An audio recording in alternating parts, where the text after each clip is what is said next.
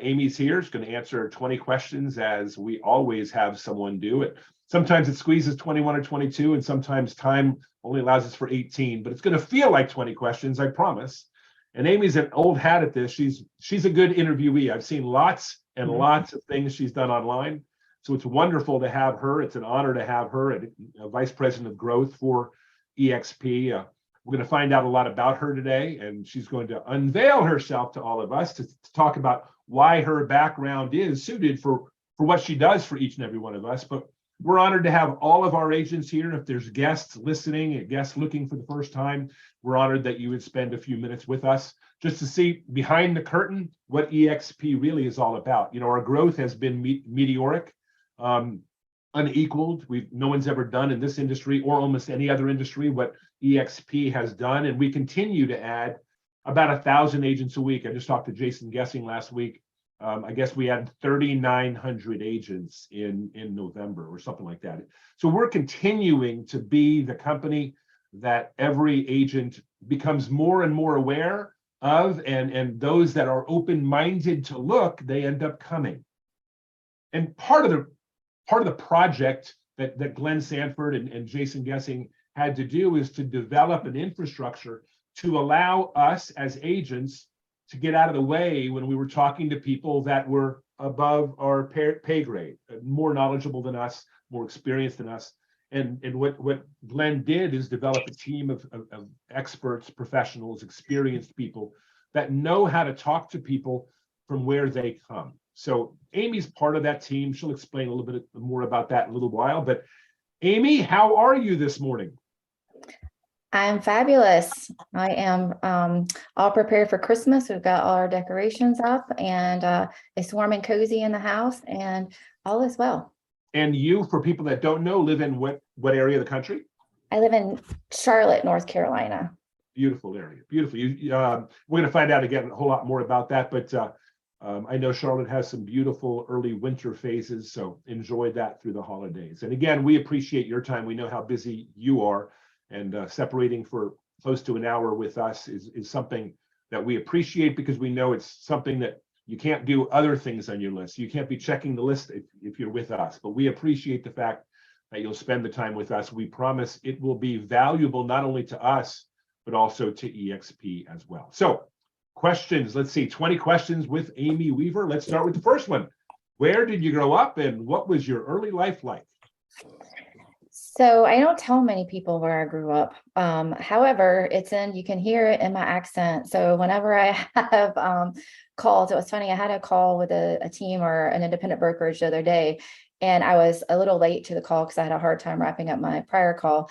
And when I came on apologizing, they were all like this, and they were like, "Where are you from?" And I'm like, "North Carolina." So I actually am a native of North Carolina, and I grew up in a small town. It's called Smithfield, and it's about 25 miles outside of Raleigh. So I spent a lot of time in Raleigh.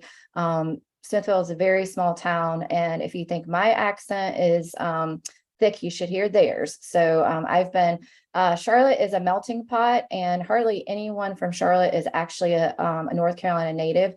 So even here in my own hometown, they always ask me, like, "Where are you from?" I'm like, "North Carolina." So right here. And so that's where I grew up. It's a beautiful area. I went to Georgia Tech and thought I went into the South, and then I had to give a speech at UNC Chapel Hill, and I was deeper in the South. But what was it like growing up in that early life, in that smaller town? What was exciting to you at that point? I mean, I didn't know any differently. So I just, I grew up. So this is like, I didn't even realize the conversation was going to go in this direction. But I was very much a blue collar family, and we called people with money, or I didn't. My family called people big wheels. And so my friends were always the big wheels. But I was in their classes, and we connected. I would go over to the more, prestigious homes and hang out with, and that's where my friend group was. And I was like, "I don't know why you guys are so down on these people. They're amazing." And so I had a different mindset from the beginning of, where I was, and I surrounded myself, not necessarily it just was where I fit. So that's kind of how I was a little bit different than the rest of my family. Even my brother, who I adore and love, like he had that same mindset. Well, I can't believe you're hanging out with them. Like, don't they think they're too good for you? And I was like, no, like I fit right in there. And actually they love and appreciate me. So that's kind of like the mindset of like the small town. And it's kind of funny, like thinking back on that. And I haven't thought about that for a really long time, to see where I've come in the short amount of time. So yeah. Small town life, like different kinds of thinking, but I did love it. Like I rode in the back of pickup trucks. I would, my fun was walking to gas stations, and I think I used to drink Mellow Yellow. I wouldn't even dream of doing that now. And I was barefoot, and I would play marbles with my brother, and we'd play backyard baseball. But it was literally like what all of us think of and as nostalgic is just staying outside all day and then coming in when it's time for dinner and going right back out. So it was like a neighborhood full of kids that were, so I think in that way I was blessed because I got to hang out with all walks of life, because those guys were, kind of on the same level as my family. And I wouldn't say we were in poverty, but it was definitely a paycheck to paycheck. And it was like, we didn't have an abundance. So yeah, No, it was thanks for fun. I giving wouldn't it. change a thing. No, well, you learned a lot of good things, and it sure sounds like the kind of place that people would like to come from. It's that feeling, it's that home, it's that apple pie that everybody talks about in America. Now, question number 2 is right down that alley. You were 10 years old at some point. When you were 10 years old, what did you want to be when you grew up? A pediatrician. I wanted to be a pediatrician. I always was very drawn to the health field. And now looking back, I wasn't exposed to, sometimes I look at careers, I was like, who even know that was a career? It was either, very basic stuff. So I wanted to be a pediatrician, and that was really my goal. And I don't know why, because that sounds terrible to me right now, but that was my goal growing up, is to be a pediatrician. Well, I'm sure we could use another good pediatrician in the world, but we sure appreciate doing what you do for eXp and all of us. So we're glad you're here. Yeah. How did you first connect with real estate? So, as far as connecting with real estate, I've always loved homes, probably from the big wheels that I used to go visit their homes, and I was in awe of their homes versus mine. But just loving homes in general. And I used to go on home tours. I thought that was super fun for entertainment. It wasn't like it was for my own personal, right? So when my kids were, I'm a physical therapist, by the way, so I did gravitate towards my affinity for the health field. I graduated from that, and I was a pediatric physical therapist. So, and then that graduated into me being a geriatric physical therapist. So it's kind of similar though. It's funny because you work with the babies, and then you work with the old guys, and it's very similar. These guys are working on balance and walking and, feeding skills, and they're still in diapers, and we've got the same thing over here. So it's like it was fun, the parallels between that. So I forgot about where I'm going with this. Oh, so when once I had kids, I started to, and we moved to the Charlotte area then, when my first child was he was 1, and I decided to stay home as a mom because there was just so many changes, and I decided to stay home with him. So I was a stay-at-home mom. And, I probably painted every room in my house. I redecorated. I've always been into home stuff. I actually went to a way to learn painting methods and refinishing cabinets. So I was just doing all the things. And so I ended up having all these little side jobs. So always loved it. But when my kids started going, both were in school, my husband said, you should do real estate because I'm busy. I have a lot of energy. I'm very big with goals and getting stuff done. And he said, I should go to school to be a realtor. And I was like, yeah, whatever. He looked it up. And I will say I'm a little bit more of a him and a holler, as far as yeah, that sounds good sometimes. And so I was like, no. And next thing I knew, he had signed me up for real estate school 2013. And by May of that year, had my license. And so that's kind of how that happened. It was pretty spontaneous as far as getting my license and just seeing. I thought it was going to be a hobby for me. It was meant to be a hobby. I was supposed to just when business came to me with family or friends, and I would just take it.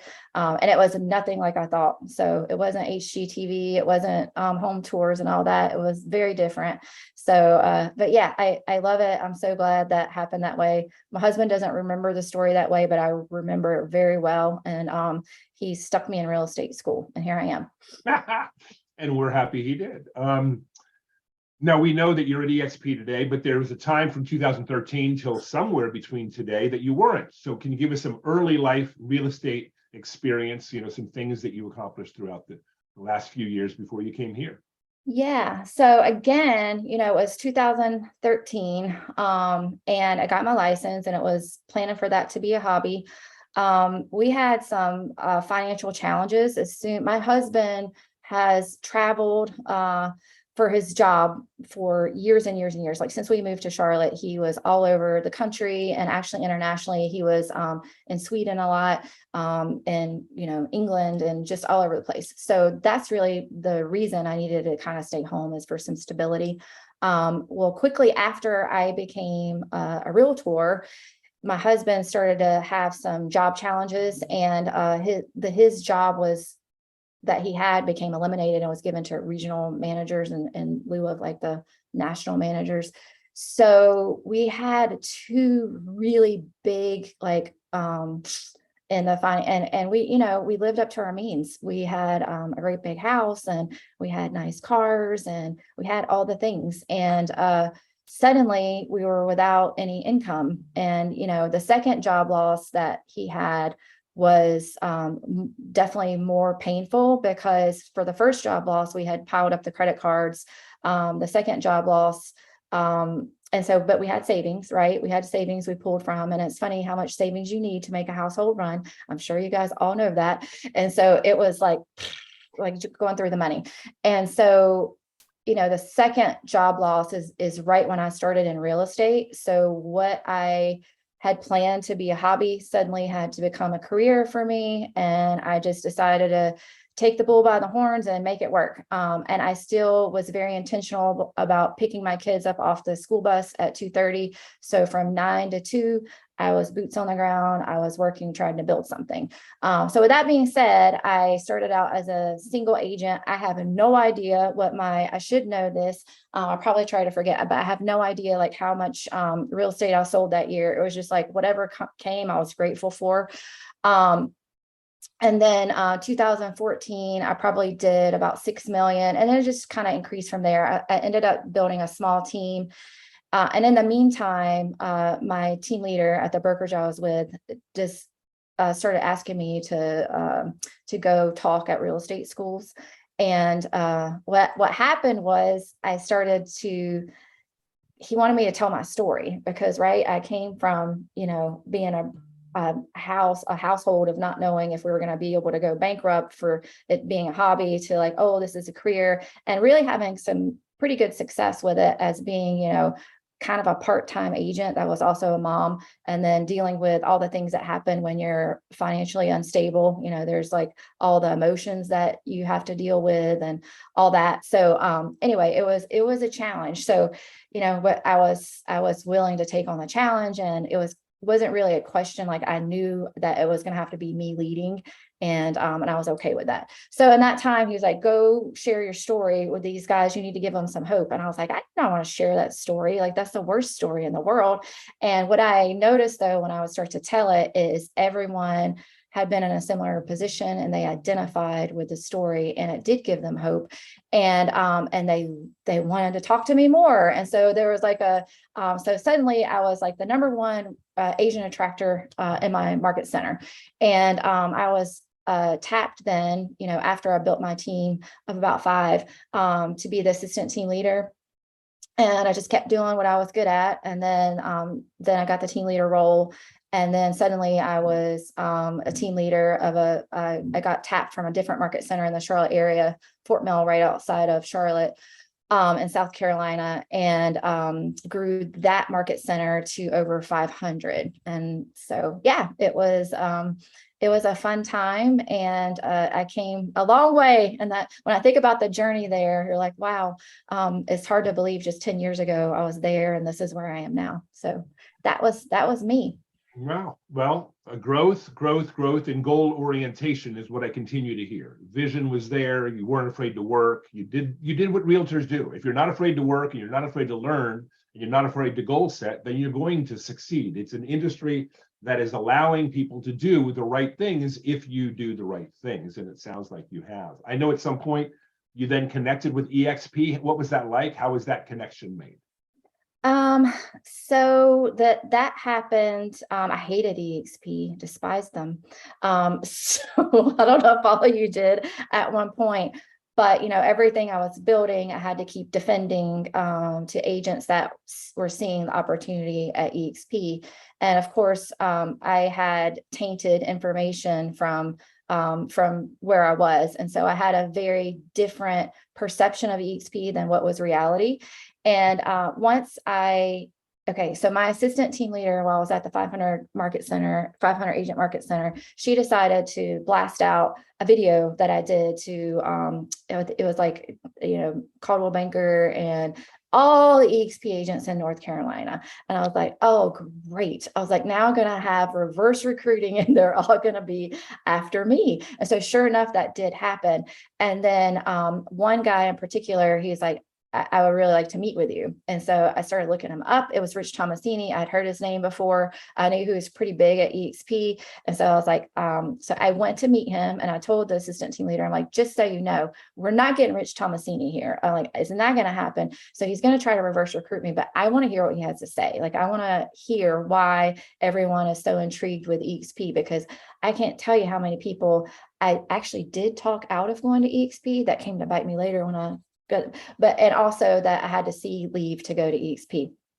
But when Rich sat down with me and showed me the true model and what it was, a light bulb came on and I was like, wow, like this is everything I love at where I was, KW. You guys have figured that out by now. That's where I was. So KW, but so much better. And he showed me what he's been able to do. And so the only question I had is, because my experience being at KW is I had to wrangle these people to try to get me to help them build their downline. I was like, I just need a card. Did you have a great experience with a cross sell? Something like, give me something, bring people to me. I'm trying to help you here. And it was always me, doing the work. And so I'm constantly doing the work. The agents were just doing their business. Right.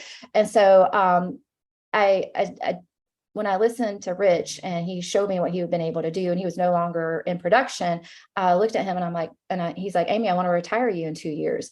And I looked at him and I said, but Rich, I was like, first of all, I didn't believe that was possible. But I was like, Rich, I was like, don't you think you're an anomaly? And he's like, he leaned in and he's like, don't you think you are? And I was like, I was like, that's a good question. And so I was like, heck yeah, I'm an anomaly. And so I saw it. And yet I didn't really know how to grab it. My past history with all the financial stresses, and I had a salary. I had great bonuses, and I had no longer been in production. I didn't have my team anymore. So I wasn't quite sure, because we hadn't really recovered fully from our financial disaster that we had, doing so much better. But, there's a lot of stuff that we had to catch up on. And so I couldn't figure out how to make that jump, because I was like, it's going to take me a while to build this. So I've got no income coming in.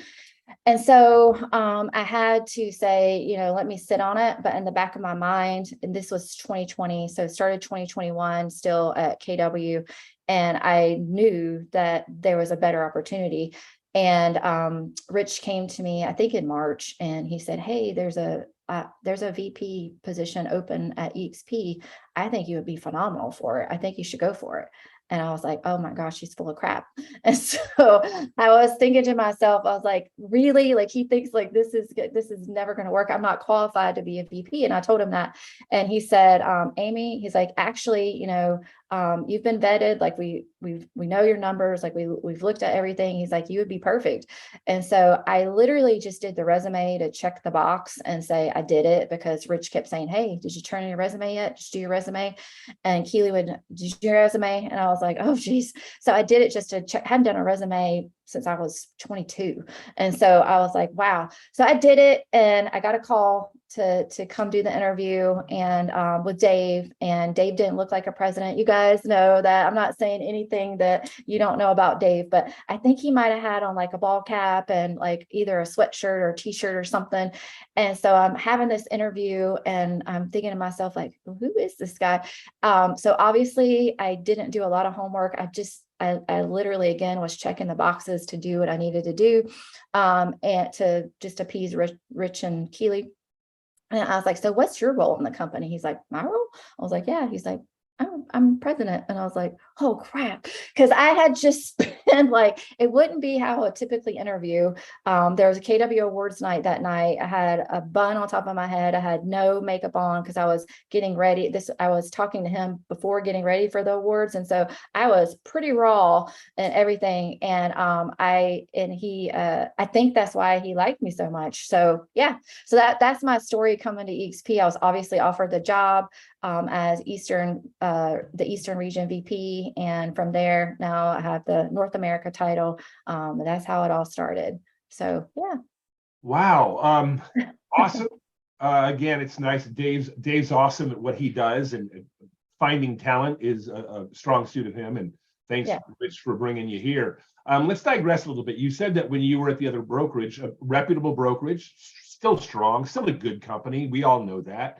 Yeah. But you said you had some misunderstandings, misnomers about eXp. Let's dive into that for just a moment, real quickly. If I said to you, what are the two things you thought you knew that you were completely wrong about? The model, so profit share is willable the same as eXp is, but you have to, I heard that, if and when you decided to leave eXp, then all that would fall apart, right? Like it's one of those things you didn't have to unlock levels, and obviously that is true.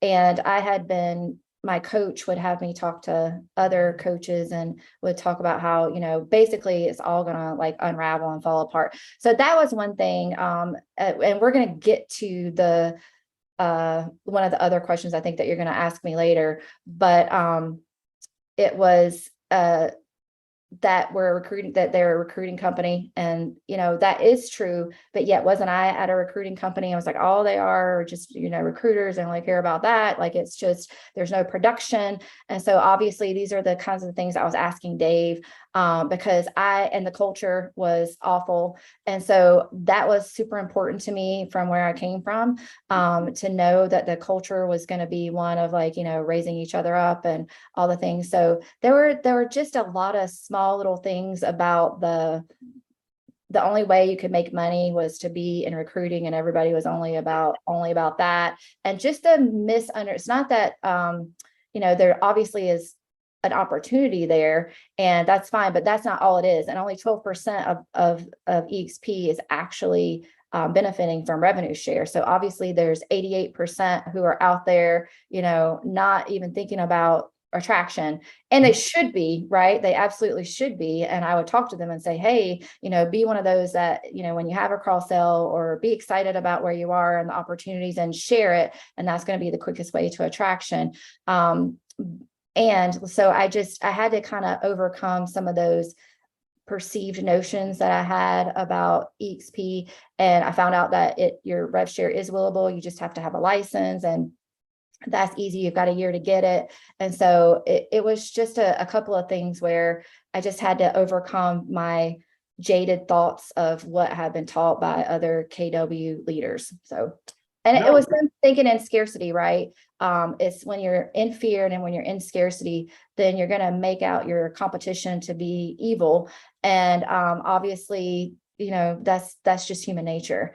And so, yeah, just a couple of things that I had to overcome in my mind is like that KW was the best. It had the best training. Like eXp doesn't have any training. There's nothing there for agents to build their business. It's not about building your business. They don't know how to build business. And so really quickly, I'll say I have never met stronger business-minded people than right here at eXp, and they can think outside of the box, and they know how to build super amazing, profitable businesses that are not only in real estate, but in other lanes. And I've been nothing but impressed for people that know their numbers. I used to have to beg for people to know their numbers.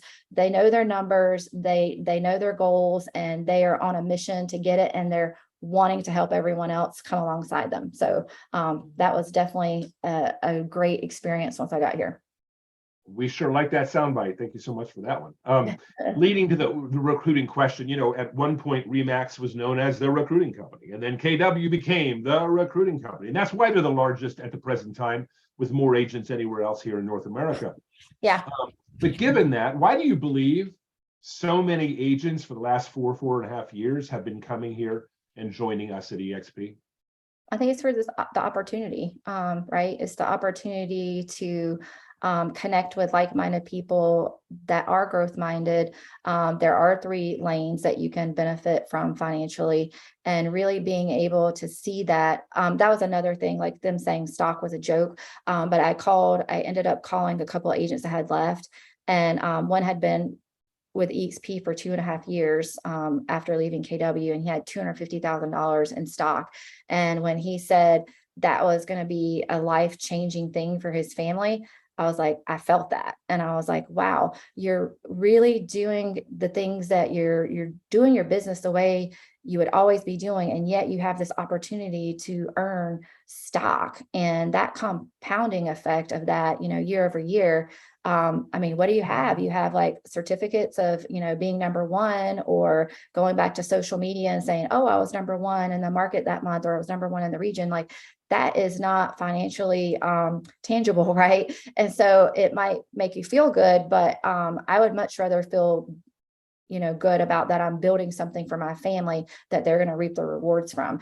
And so the opportunity in that, in all 3 lanes, and if you're growth minded and you're entrepreneur minded and you are business minded, then that is just going to make sense to you. And so I think that there was an excitement and a buzz, like people were so excited about it. And you just, like what I said, you want to tell everyone. So everyone was like, I know when I came over, everybody was in my inbox saying, oh my gosh, like we thought you were KW forever and ever. What happened? Like, what are they having you guys drink over there? Like, what's going on? So I think, that excitement, and people just want to know what it is. And then when they actually see the full benefits of what eXp offers, they just want to be a part of it. Well, you can drink everything if you have an open mind. And that's really all we're ever trying to connect with agents to do. We're not asking them to come, we're asking them to look. And if they look, once they see, like you did, you just can't unsee. You are a great ambassador at the level of, you're a great ambassador for real estate as it is, and a testimony from the very beginning of your career. But you're a great ambassador here at eXp, and especially when speaking with broker owners and team leaders, which again is, I think, most of what you do. From outreach, agents like myself will bring to you a broker owner or a team leader, and you'll help speak to them at their level. Like, again, because some of us can't speak to their interest or their needs. Why do you think you connect with them so well? I think it's listening. As a leader, like I think it's super important to listen to, and this was, as an agent as well, when you're talking to a homeowner or a potential buyer, is really listening to them and what their goals are, doing a pain analysis or a needs analysis, and seeing where the conversation needs to be directed, and really letting them lead the conversation and being able to figure out how to solve a problem for them. And that's really it. It's like you put your ego aside. I really don't have much ego. The ego that I do have is like just me competing with myself. I mean, I always want to show up the best for me internally, knowing that I'm doing the best. And that was always like, whether it was being a student or a parent or whatever it was. But putting that aside, and you make it about the person in front of you. So sometimes it's hard for me to sit right here, on this stage, like you're interviewing. So it's all about me today. But most of the time I'm always making it about the other person, because they've done something tremendous, right? That's the reason they're in front of me. So I want to know about them. I want to know who the heart of their, and I ask them, like, what direction are you taking this conversation today? Let them lead. And what are the 3 things that we need to accomplish in this call? And when I do that and I listen, and I really listen, then they know I care, and I'm talking to them about what they want to talk about, and they feel good. So that's basically it. Like, that's all. Well, since you said that when you talk to someone, you let them direct the conversation, take it where they want to go. Let me tell you where I want to go. Okay. Where I want to go is, let's talk for a moment about broker owners. You talk to so many of them. Given today's real estate market, which is shifting, as we know, what is it about our platform, and why do you feel eXp's offering is something that brokers of record should strongly consider? I mean, they should look at us with an open mind. For what reasons? I think, even before the shifting market or whatever is happening now, it was hard for them. They have to wear the hats of all the things. They're constantly, HR, even if they've hired people for that, people are going to always go to them. And it's like a constant, like, you're hiring for this, or you have you're the, sole responsibility, liability is on you. You've got admin that you have to take care of. You've got agents. They're perpetually on the hamster wheel of coming and going because they see opportunity at eXp. So suddenly retention is an issue. It's not scalable. They can't offer the same technology tools and support that a company as large as ours can. So when they really take their ego out and say, hey, I can really have everything I have now, but put it under the umbrella of eXp and have so much more peace in my life. And I can really focus on what I do best, which might be training or coaching, or, just being that person to sit across and have a cup of coffee with, and not have like all the other like the tasks that they're burdened with, and let go of that liability and become more profitable, actually, because when you look at what they're making, like, it's not much. And so if they're willing to look at the projections and see the long-term benefit of being with eXp, then it really is a no-brainer. So when I sit down, I'm looking to see where they're paying. And oftentimes we're doing a financial analysis, and because they need to see it in black and white, like, what's it look like now? And maybe they might take, a couple of steps backwards to take 5 steps forward. But it's pretty rapid, and and they have to understand it's not just opportunity for them, it's opportunity for every single agent that they have. And those agents have really the same opportunity as they do to grow and to benefit from all 3 lanes of what eXp offers, and, building your business and your well, you guys know the things, the stock and the rev share. So when they see that, and they really see that, no matter what, I bring these agents over here, and I'm going to have, I can stay in my lane of passion and not have to be all the things to all the people. It's just a relief. And you can almost see them like, oh, like, it's just, so that's the main thing. Several things. The steps they go through. First, they're reluctant to talk to any of us. Then they see the information, and let's pretend that they go, oh, this is interesting. Can you take me through what you would say the normal course of action for a broker of record that has, whether they have 10 agents or 300 agents, right? Doesn't matter. They go through a process. And if you were designing that process from beginning to onboarding, what are the steps do you think that they need to go through in order to get a good understanding of who we are? So it's going to start with you guys. So I usually get the agents or the broker owners when they're at about a 6 or 7 for coming over. Sometimes they're a little bit further along, and they just need to know that the numbers make sense.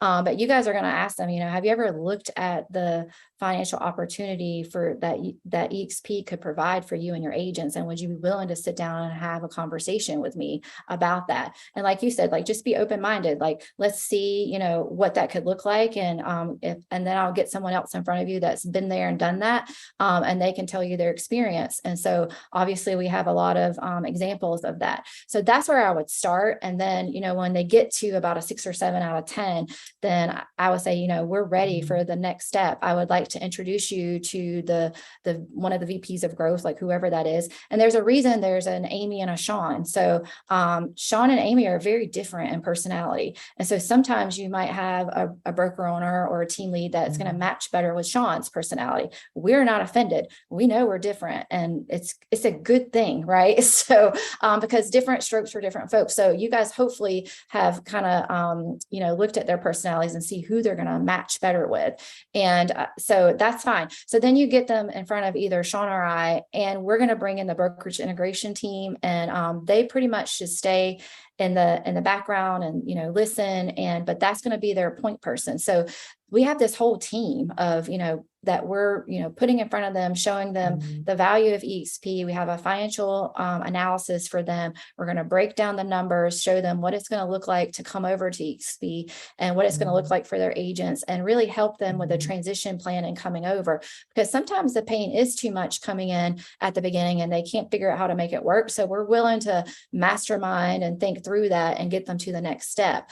And once they feel confident that financially they're going to be okay, and then they know what kind of leadership and the people that they're going to be around, that's supporting them and their goals, and making sure that they stay healthy in their business, and they're going to grow, and they see the vision of it, they're in. Like it's pretty easy. So the conversion rate is high. Once you guys get them to us, the conversion rate is really high. You mentioned it earlier, that ego can tend to get in the way. Can you tell me what reasons brokers that actually they go through the beginning phases, they see eXp, they may do a bit of a financial analysis, what would be the reasons most of them hesitate to move ahead? That they don't necessarily believe the true opportunity, or I don't know. I think that ego can play a part in it. Sometimes, like I've built this, like, why would I take this over there? This is what I've built, and I don't want to be known as eXp. Like I want my own business, my own thing. And then other times I think it's just that, we're telling them and we're even showing them, and sometimes it's just so hard for them to grasp that this is actually a reality that is real, depending on what I put into it. So maybe they're smaller thinkers and they can't see it. And I always say, like, not everyone's a fit, and that's okay. Like, they might not be a fit for us. We might not be a fit for them. Like maybe they just want to, be smaller, and they don't have the goal. I don't know why they wouldn't. But at the same time, I sometimes I think they're like, okay, I hear you, but I don't necessarily believe it. Kind of like I was whenever Rich said, Amy, you can do this. And I'm like, I don't know if I believe you. And then that one statement he made, and I'm like, don't you think you're an anomaly? And I think everyone thinks like this is an anomaly. I don't think it's going to happen the way that they say it could happen. And so they want to stay safe and stay where they are. Or another thing is just is mind baffling to me. Sometimes it's just, they're like, this is going to be too hard to switch everything over. Like it's too hard.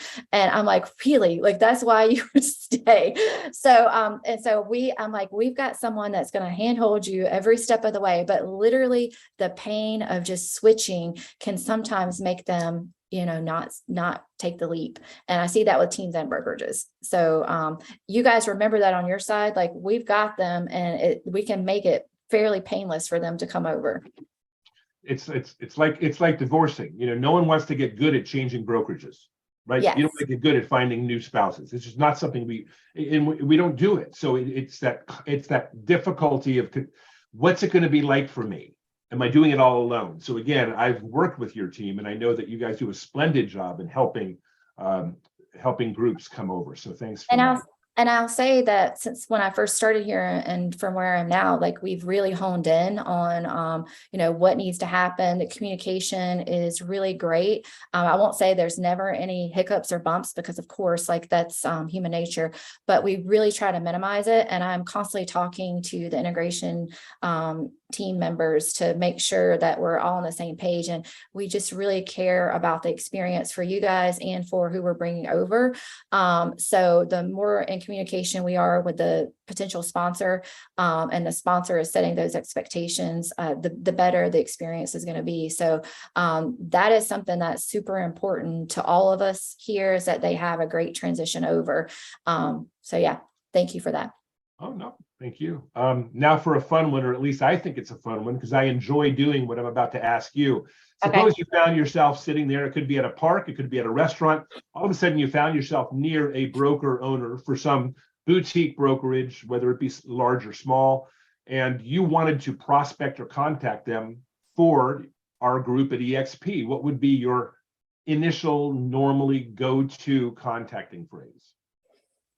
So pretty much what I went back to a while ago, I would ask them, I would first seek to understand like where their business was and, have some clarifying questions. I'm always going to build a rapport first, but at some point I want to ask them, have you ever looked at the opportunity of eXp? And I would love to sit down and show you that. And so it's just really them feeling like you care first, and then just asking them to be open to the opportunity. And I don't know if that's what you mean as far as like what statement would I make, like to get them in a sit down. I'm not going to do it right there on the spot. I'm not going to throw up eXp on them, but I want to get them into another appointment, and then we're going to set it up right then, as to when we can really sit down and look at the benefits of how eXp could help their business and help create a succession plan for them, and something that's going to produce generational wealth. Like I would love to sit down and just explore with you if that could be beneficial. Maybe it's not, but would you be open to at least looking at it? That's it, like something simple. I find the terms "open to look" to be a wonderful phrase. Are you open to look at why so many brokerages have partnered with eXp? Are you open to look why 80,000 agents have joined a company that you can't understand why they've joined? Wouldn't you want to know why they're joining, whether it be competitive value so you can compete against us, or maybe there's something in it for you? I think I mean, maybe their pain is that they keep losing agents. And so then we could show them how, the retention is going to be so much better if they come over to eXp, partner with us, and they have scalable tools, better technology, and more opportunities for those agents that are leaving them, if they're able to bring them over here and really show them the path of growth that eXp can provide for them. Thank you for that, as always. Discussing a little bit different is team leaders, because they don't have the exact same responsibilities, and they don't get all the benefits that brokers could get. How would this shift if you were talking to team leaders? You do it all the time. Why? Because I hear it all the time. It's easier for me to connect with brokers and get them in discussion than sometimes team leaders. What's the mindset of a team leader, and how could we approach them? Why would they come? What would we say? Yeah, and I first of all, I want to address like the team leaders being different, because they're very focused on, attraction, and they're usually obviously supported already by a brokerage. And so some of the pain that the broker owners are going to have, they're not necessarily having. But I really think that they're still having some of the same pain though, as far as like retention and agents, once they get their feet wet and they understand real estate, like some of those team members, like they're like, why do I need the team now? Right. So they're gonna jump off the team. And I know for me at Keller Williams, like it became like this very hostile environment, where the team leader and when the team member wanted to leave the team, it was very controversial. And I would have the team member kind of like, I want to leave the team. And, the team leader's like, I don't want them to leave the team. And so there's this, and then what would happen is the team member would leave Keller Williams altogether, or leave the office altogether. And so what if we had something where, if you're bringing on your team, and if they decided to go be you, rather than you saying, oh, I only want you to be but so good, because I need you to stay on the team, and I need you, to support me and my goals and what I need financially. I need you to stay. But what if the thought was, rotate on my team. Let me teach you everything that I know. And then the goal is for you to go in 2 or 3 years and build everything that I've built. And you have you have a vested interest in that, right? So it's a different way of looking at things. And so when you think about retaining agents and training them, it's not just for naught, because what if they go jump to another team or they become independent? Like it behooves you for them to become you or better, right? So it's a different train of thought. And I think it's easier to attract at eXp to the teams, because we have all the different team structures. And so a lot of times those agents that are at other brokerages, they don't have the benefits of like the, capping and reduced caps and even quarter caps if they're a mega icon team. And so that is much easier to attract agents to if you can show them the financial benefits in the beginning. And then, you're telling them like, I'm going to teach you everything I know, go build what I did. And so we're attracting over there, you're the sponsor, and then they're going to go build everything. That is the long game, right? Like right now they're in a short game and it's like, okay. And then like, oh, repeat, rinse and repeat. Like, I got to do it again. Like that person jumped off. And so with us having higher retention rates, the team structures to really support, and then getting these agents over here, attract them to the model, huge financial rewards for both the team lead and the agents. And it's not that toxicity of them, jumping off the team, leaving the brokerage, because there's a different mindset in that. It's like, let me help you get to wherever you want to be. So, I've been here 4.5 years, and I come up with the C's that you just talked about. In traditional brokerages, it seems that there's competition and conflict. mm-hmm. At eXp, there seems that there's a whole lot of collaboration with common goals. Yes. It's really interesting when you look at it, because I'm getting goosebumps even thinking about it again. It's the concept that people don't understand the way we exist, the way we collaborate, the way we train, unless they are open to trying it out or looking at it. And why don't you speak to this for a moment? It's not one of the questions I told you about, but I often will say, look, I know that you don't know whether eXp is the right decision for you, but come on over here. Come try it. You can always go back to where you were before. Can you talk about that for a moment? Just the concept of making it easy for people to understand as an agent. Look, you're making a career decision, but it doesn't have to be career long. Do you ever get in those situations? How do you talk someone into giving us a try? I mean, pretty much like what you said, like get plugged in, become a part of, everything that eXp offers, the masterminds, and give it a good little while. Are you saying as a team or as an individual agent? Either one. I mean, yeah, whichever you prefer. I think if they were to really come over, and I think where it can sometimes go sideways, at least for individual agents, is when they don't plug into all the things. Like there's so much, right? And sometimes it's overwhelming. Even for me, I'm like, I was like, because obviously I have my own little organization, and then I'm like, here, what do you guys need to do this week? And so there's so much. So what's going to move the needle the most, or what's going to help you most in your business? So making sure that when you do get these guys over, I mean, they really are.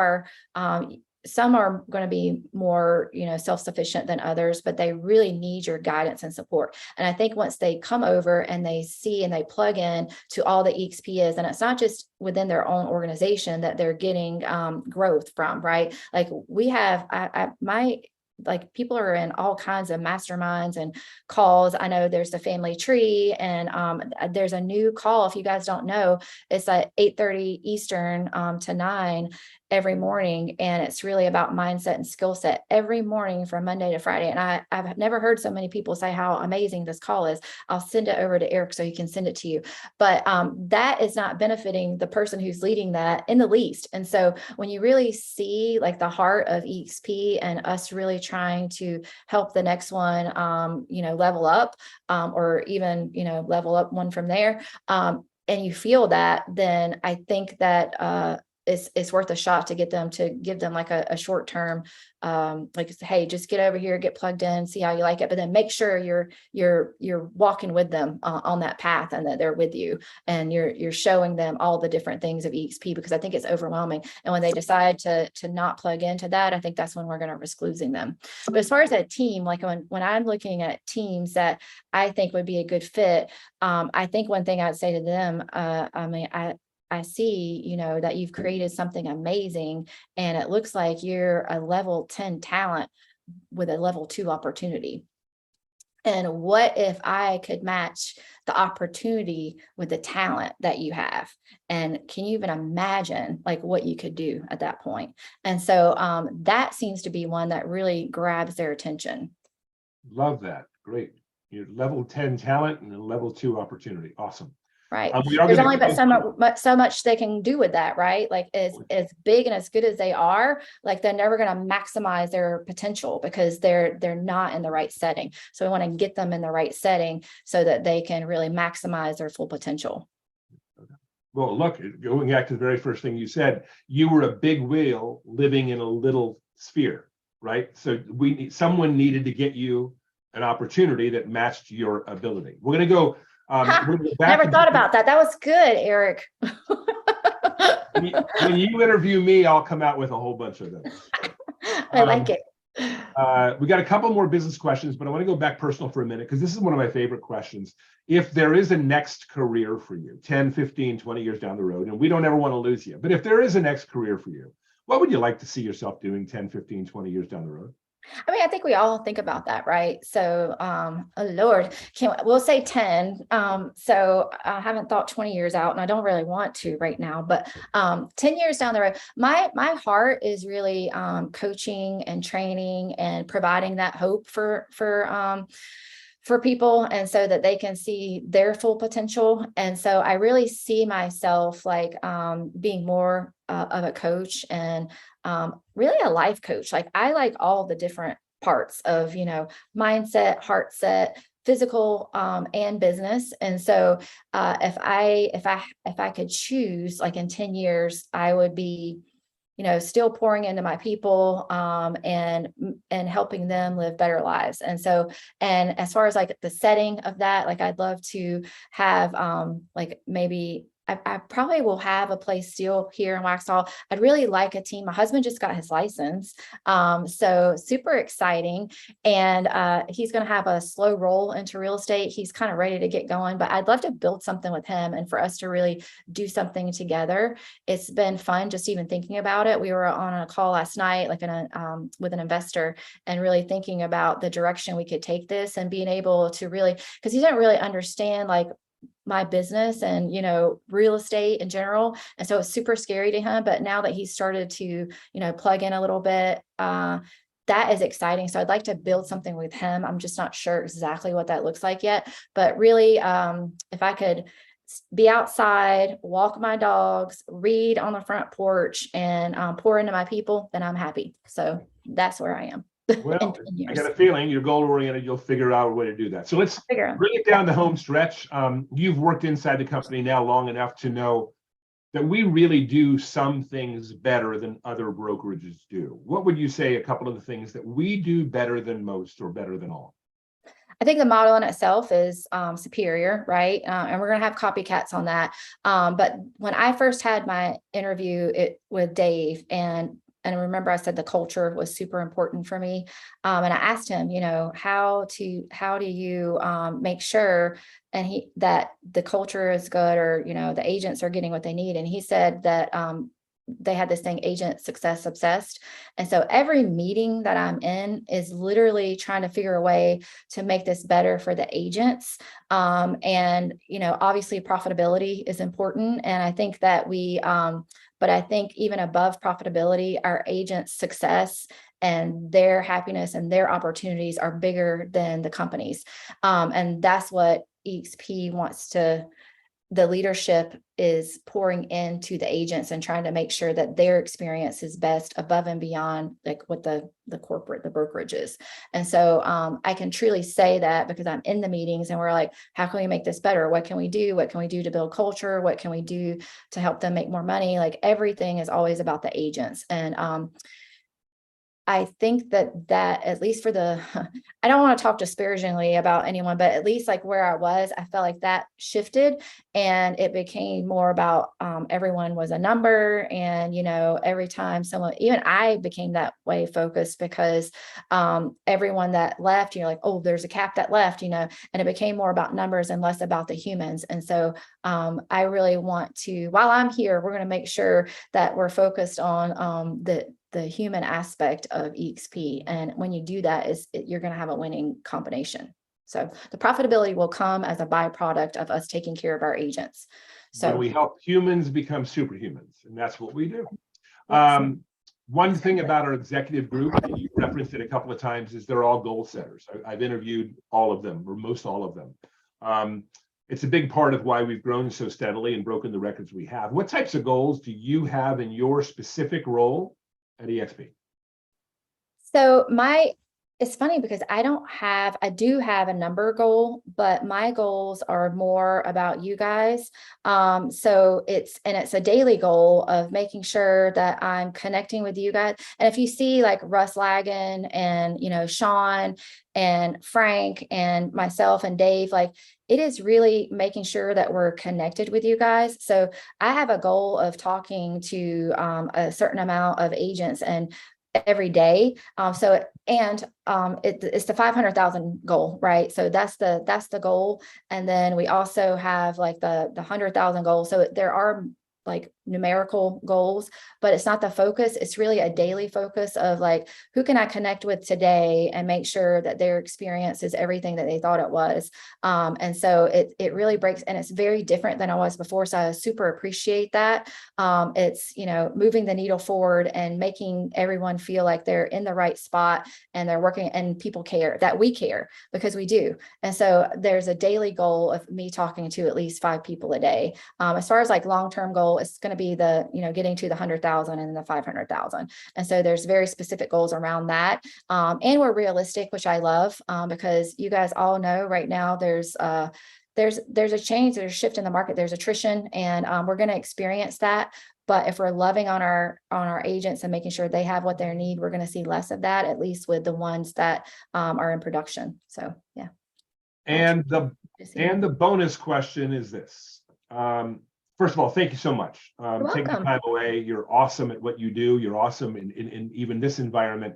We can see why you were tabbed for that position nationally, and we're thankful for it. The single most common thing we hear from the 80,000+ agents that have come is, I wish I would have come sooner. So given that, and since we've talked about broker and broker owners for a little bit here today, what would you say to a broker owner sitting there right now looking at us and just sitting and looking and watching and patiently watching and patiently looking as we continue to grow? What would you say to them today? I mean, well, it sounds so like it's something you hear all the time, but the best time to plant a tree was 20 years ago.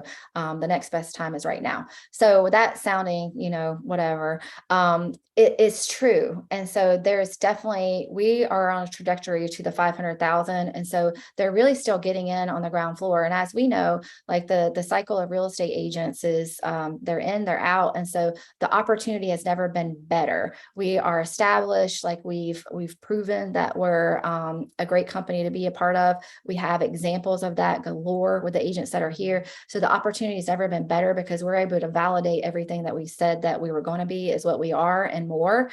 And so there's never been a better opportunity than right now. And so that's what I would say, like, like, don't keep looking, like, let's jump in, let's dive in, and let's go, let's build this together. We want to partner with you, and we want to blow this thing out of the water. So. Well, you said there's going to be copycats, and the truth of the matter is the copycats will always say, we're going to be like eXp. We're going to do what eXp's done. And there's only 2 things we absolutely know at this point in time. Number 1, we did it. And number 2, no one else ever has. So yeah, we paved the path, and we've gone through all the hard work of, all that needed to happen to get us to where we are. We've done it, and we're in a great spot, and it's going to take a while for all of them to figure it out. And if they do, we're just going to keep building and getting better along the way. So it's still going to be the best place to be. Well, you hold the fort down. You've done a great job so far. Thanks so much for your time today, Amy, and have a wonderful, wonderful holiday. Thank you, Eric. Bye.